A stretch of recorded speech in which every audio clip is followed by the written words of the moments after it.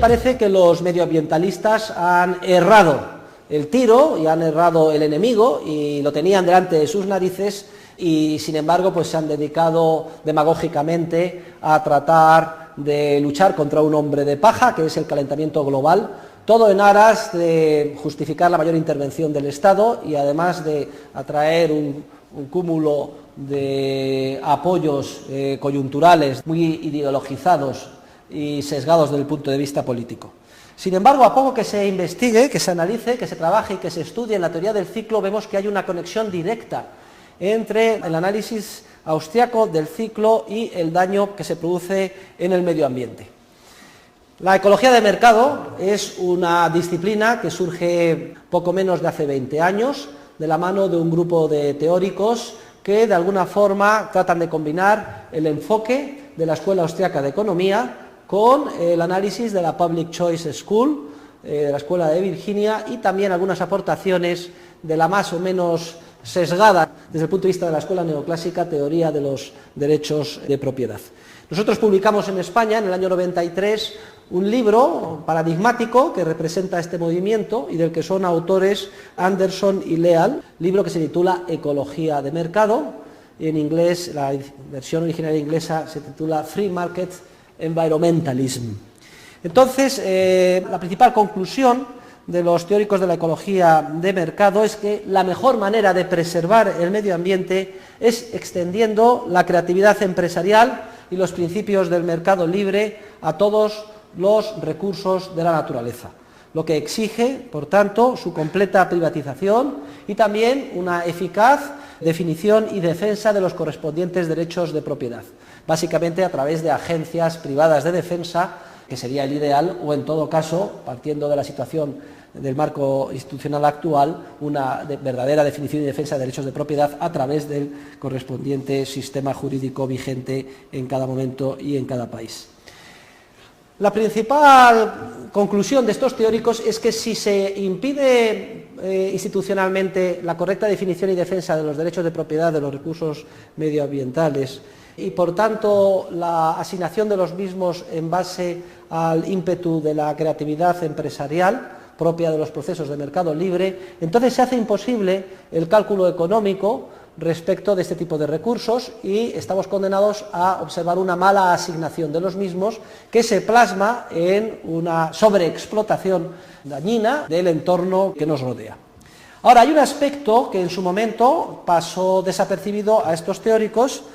y es al que me quiero referir ahora, y es a otra causa muy relevante que motiva el mal uso de estos recursos naturales. Y esa causa radica precisamente en el indebido tensionamiento de la economía real que resulta en la etapa de la euforia o burbuja especulativa o exuberancia irracional, como ustedes quieran llamarle, que resulta de la expansión monetaria, de sustitutos monetarios y de medios fiduciarios que lleva a cabo el sistema de banca con reserva fraccionaria orquestado por un banco central. Como ustedes saben,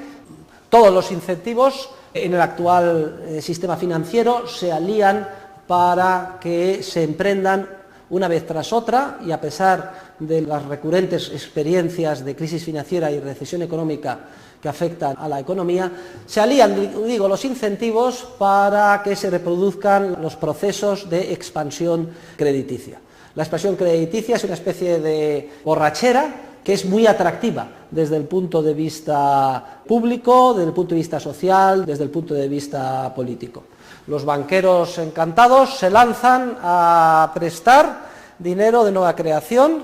que está respaldado simplemente por asientos en sus bancos, por depósitos, que son medios fiduciarios sin respaldo. El proceso está orquestado por un prestamista de última instancia, que es el Banco Central, que deja hacer, es lo que a mí se llama el inflacionismo pasivo. Los banqueros persiguen a los agentes económicos, les cortejan para que les pidan préstamos. Todos lo hemos experimentado en los años pasados, nos inundaban de cartas, prácticamente con ninguna garantía, simplemente con una nómina, le vamos a dar esto y lo otro, hasta 50, 100.000, 200.000 euros a tipos de interés ridículos. Los empresarios se lanzan a invertir en proyectos de inversión que a esos reducidísimos tipos de interés y con esas escasísimas garantías pues aparecen como rentables. Proyectos de inversión, además, que de acuerdo con la teoría del capital, maduran en un futuro más alejado en el tiempo. La teoría austríaca del capital es quizás el pivote más importante que falta a los teóricos que de alguna forma ya empiezan a intuir lo que está sucediendo para comprender el proceso. Y es que los proyectos de inversión que emprenden los empresarios son unos proyectos que solamente en el espejismo de las condiciones artificialmente manipuladas de bajos tipos de interés, expansión crediticia artificial y pocas garantías, aparecen como rentables. Los empresarios se lanzan a invertir como si el ahorro real hubiera aumentado, cuando de hecho tal cosa no ha sucedido.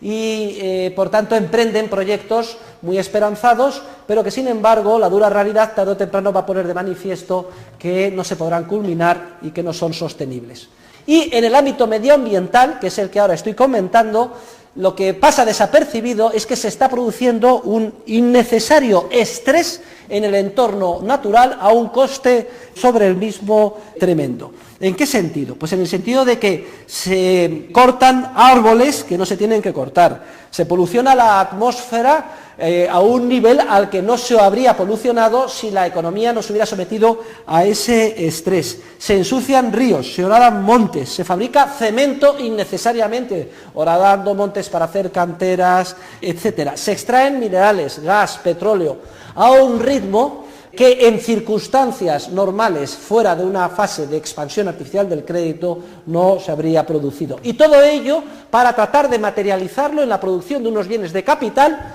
que, repito, no van a poder culminarse, que se producen por error, con una distribución geográfica y, lo que es más grave, temporal equivocada. Es decir, bienes de capital ya materializados en unos lugares donde no deben de estar y en unos momentos que son los inadecuados. Me da lo mismo que sean las Torres Kio, las 4 torres de Madrid, el Empire State Building o las pirámides de Egipto, es una inmensa mala inversión. Es decir, el coste que ha tenido llevar a cabo esa construcción, el coste de oportunidad, supera con mucho lo construido. Lo que pasa es que somos víctimas del espejismo identificado por Bastiat, lo que se ve y lo que no se ve en su artículo famoso. Y entonces vemos la torre, vemos las pirámides y decimos, uy, qué bonito es esto. Y además, tarde o temprano, pues termina dándose un uso económico a las Torres Kio, que veanlo ustedes o no han terminado siendo alquiladas. Pero se construyeron cuando no se debían, 10 años antes. Tan grave es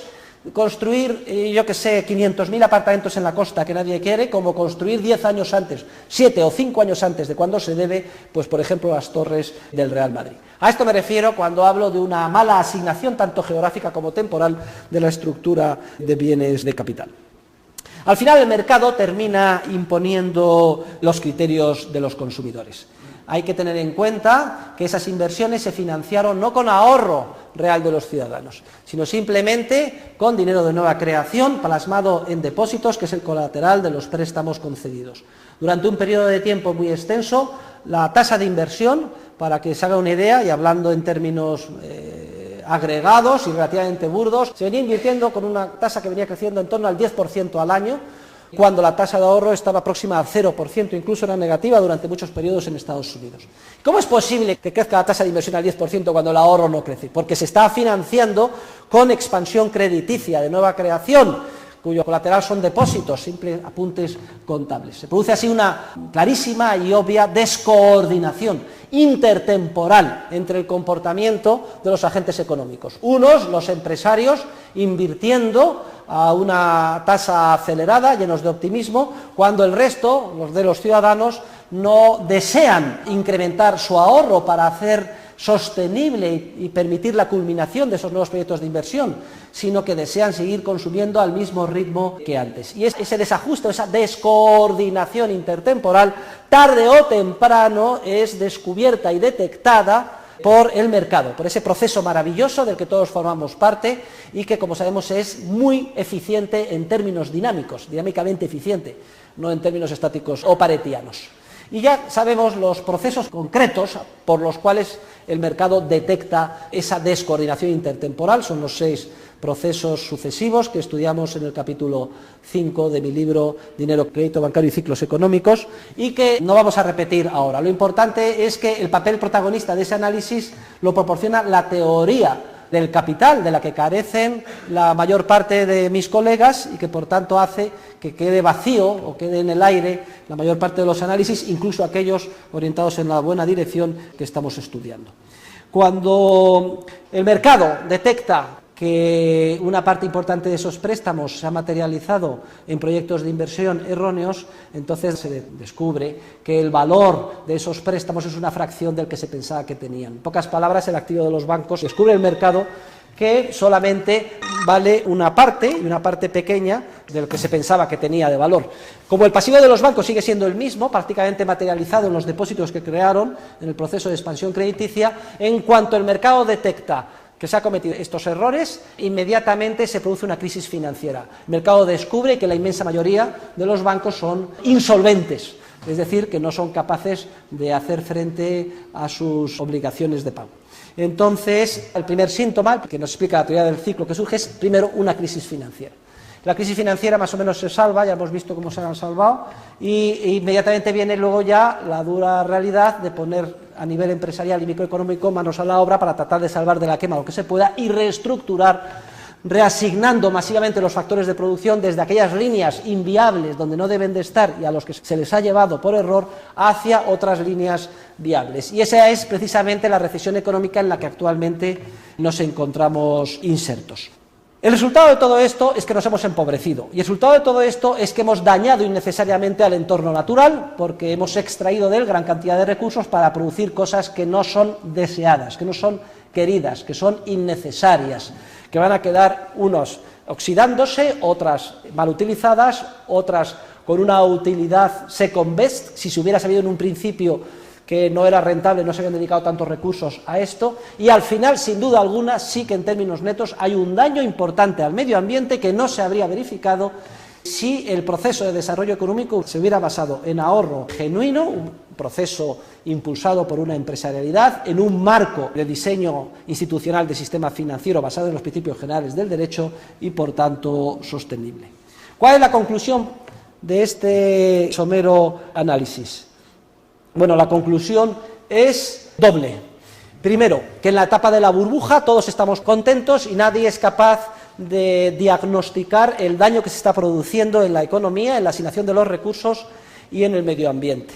Que la teoría económica, hasta la dominante, también forma parte de ese conjunto de intereses aliados en pos de la borrachera. Fíjense ustedes el daño, por ejemplo, que ha producido toda la teoría neoclásica de las finanzas. La segunda conclusión, obvia, que los amantes de la naturaleza deberían de defender un sistema monetario libre. Un sistema monetario sin banco central, sin el órgano de planificación central financiera que es el Banco Central. Un sistema financiero en el que todos los agentes económicos, incluyendo los banqueros privados, cumplan el derecho. Y si no, tienen que ir a la cárcel, bien sea a través del sistema estatal o a través de la constelación de agencias privadas en el modelo ideal anarcocapitalista, como bien dice Rothbard. Y los principios generales del derecho dicen que aquel que falsifica el papel moneda, el certificado de depósito por importe superior al dinero realmente depositado, o que crea de la nada un depósito a la vista sin que se haya depositado nada, es un criminal. Es un criminal que viola los principios esenciales que exige la cooperación social pacífica y armoniosa entre los seres humanos. Y además es un criminal que participa de un proceso sistémico de mala asignación de los recursos que distorsiona las señales esenciales que orientan a los seres humanos para cooperar voluntariamente unos con otros y que da lugar al ciclo económico. Y esto hay que repetirlo, queridos alumnos, una y otra vez y de manera machacona. Y hay una conexión directa en este ámbito y clarísima entre ciencia económica, entre ética, derecho e historia, en la que confluyen en la misma dirección y hacia la misma conclusión los cuatro análisis, es decir, tanto el del derecho, tanto el de la ética, con las diferencias que puede haber una y otra, o si ustedes quieren considerarlo eso en un ámbito, dentro de mi teoría de los tres niveles, el análisis histórico evolutivo y el análisis científico.